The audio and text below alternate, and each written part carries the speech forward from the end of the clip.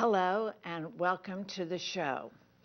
Well, you may have noticed watching various videos and infomercials on television that yoga has become very popular here in the United States. Well, to help us understand yoga's many benefits, and I mean many benefits, we have with us yoga instructor Sara Dauwe. Welcome to the program, Sara. Thank you, Lana. I'm glad to be here. Sara, yoga practitioners have been touting yoga's mental and physical powers for over 5,000 years. 5,000 years ago, they discovered this wonderful practice. So how did you personally become interested in this ancient practice?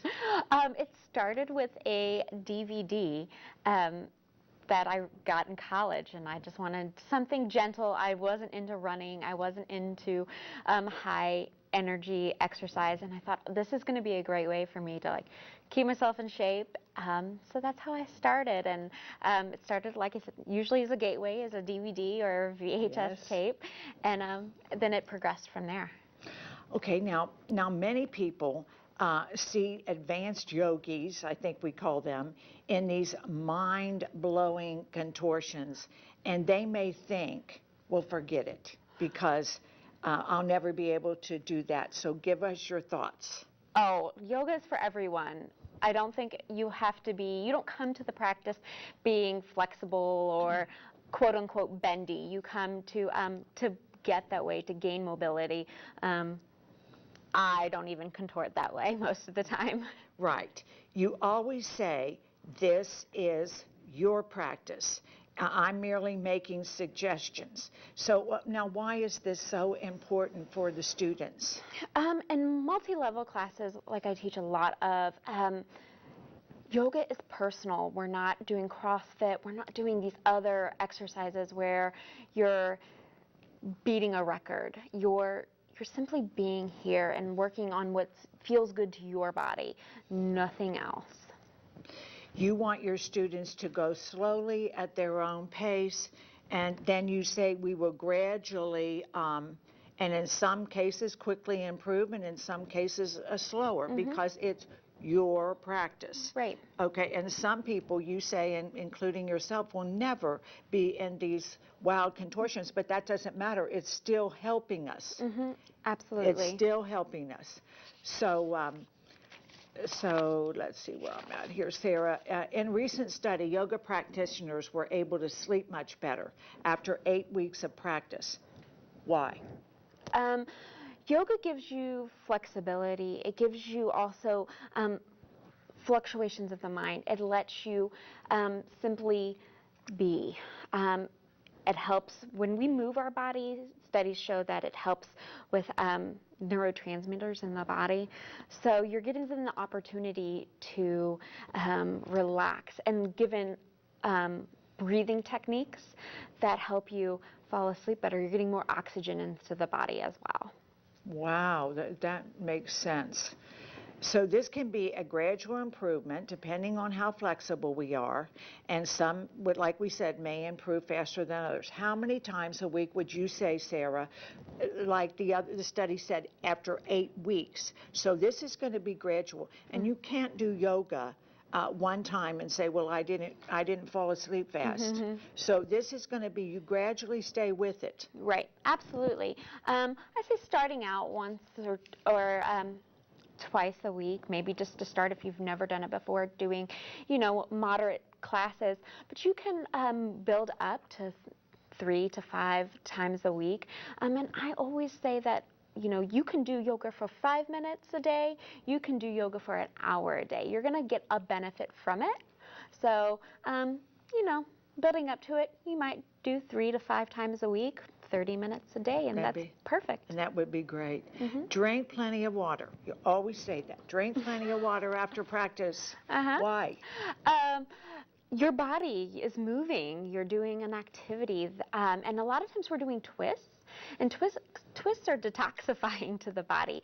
So drinking water, just like when you go to get a massage, does your They massage say therapist drink plenty of water after, Right. because we're loosening up those toxins that are trapped. And we're flushing them out of the body. Yoga can clash with the mindset many people share, and I think you said that at first, that isn't what you wanted to do. But many people here in the United States, they think we're so pro lift weights, cardio, on the treadmill, maybe a spinning class, but yoga could not be as effective as these. And yet, studies have proven that, oh yes, it is. Strength training is very complementary to yoga, and it strengthens the body. You will find that doing down dogs or planks are often opportunities to strengthen the body. We're strengthening leg muscles, we're strengthening arms, we're strengthening shoulders. And many people who do strength training, who do these other activities, also come to yoga to find a balance. Between the two. So increase flexibility, muscle strength, increase respiration, energy, vitality. And you have just worked with some children, some athletic children that needed this, and many grown athletes need this improvement in their flexibility to be more successful. Recently I had the opportunity to work with some youth athletes, some basketball, football kids, and we had the opportunity to just learn some basic things, have a little fun with it.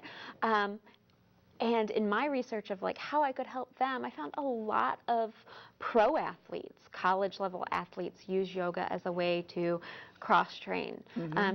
And with yoga comes along the meditation side of things, and so it gives them the opportunity to just get their mind right. Get their mind in order too.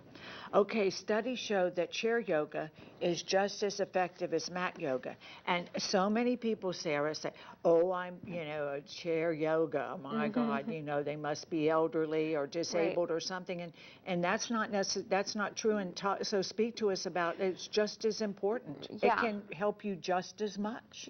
So chair yoga, we have lots of people. I teach a wide variety of people, and one of the ways we do it is through chair yoga. I do teach a demographic of seniors, 55 plus, but chair yoga is also something you can do at home. I don't want to get out the mat today, I just want to sit at my dining room table, or you're in the office. You don't have a lot of time to get out, so chair yoga, you can do some minor movements at your desk, and it's just as effective, just doing a few stretches here and there, and then again, meditation in the chair. And the meditation in the chair without having to, if you don't have time or you just don't feel like, I don't want to go into the big production, this will work. Now, Sarah, say I come to you and I say, oh, Sarah, my shoulder is killing me, this area here is just so sore, and so what would you suggest a pose to me, and then I would concentrate more on that to try to problem areas, in other words. So we can definitely focus your practice in on a specific area, whether it be the shoulder, the hips. A lot of times those are the two things. The two main things everybody talks about. So there are opportunities that we can discuss, different opportunities where chronic pain is totally a thing that people come to yoga for. The shoulders, the certainly hips. The neck. And these arms, these hands that we are using computers and phones all day long. Yes, I can see that so much. Now you want us to know that yoga is for everyone. There is no, you don't think, age barrier? No. It goes from children to elderly. Absolutely. Can benefit. Absolutely. Studies have shown that children benefit from it, as well as older individuals. Children... Don't point over here when you say that. Oh, come on. No. Kids, who have had trauma-based situations, or children who have ADHD, studies have shown that yoga helps them find some calm, come back to themselves. Wow. So it's such a wide range of people who can really benefit from it. And then again, everyone in between has different flexibility and mobility issues. So it all comes full circle. Yoga's for everyone. Absolutely. And so we've talked about the chronic pain. We've talked about sleep. It can boost your mood, strengthen our body. Now, the breath, Sarah, we talk about the breath is so important because, as you said earlier, we're getting oxygen to our body. And so breathe in, breathe out. So exactly how is that breath working? What is it doing for us? So when we connect our breath to the movement, it provides this subtleties of the mind where we can breathe, we can feel connected to our bodies. There's lots of different breathing techniques that you can do to help settle the mind, and then using that breath count to move the body through the postures. So sometimes when we think, oh, this posture is so hard, why is she making me do this, or why is he making me do this, we come back to that breath. We let our breath settle it, and we're here, and we're ready to go through the next posture. And it's just really nice to find that breath. It helps send energy to the muscles, and the plants need air too, so we give them the carbon dioxide. And as you said, with the sleep, we are improving our oxygen intake with that breath. And so for people, some people think that, we've already talked about, if you're not go, in the really, intense workout. But you said the children even found it harder than they thought.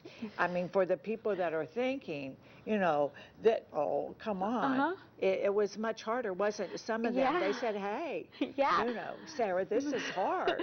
So when I was teaching the basketball camp this week, I totally found out that, some things that I had been teaching in a class to people who'd been practicing for weeks or months, these kids who you think are super flexible, who can do anything, they're young, they were like, are you going to make us do this again? Oh, that's so good. That's so good to know. So, if you're older, you might beat those 8-year-olds for sure. So good. Now, Sarah, many people lose weight. Not so well from the poses, of course, but they maintain more of a balanced metabolism. They are more mindful of what they eat.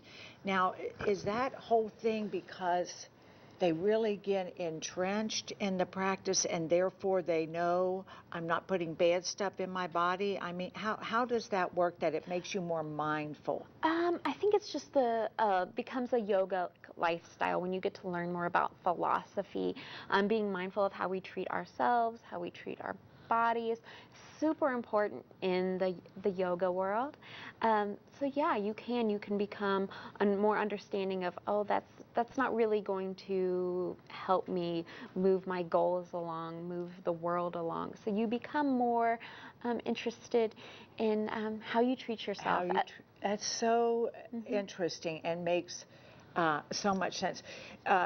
Sarah, you always end your practice with namaste. And as she said, I mean, this, yoga can go very deep. It can just go very light.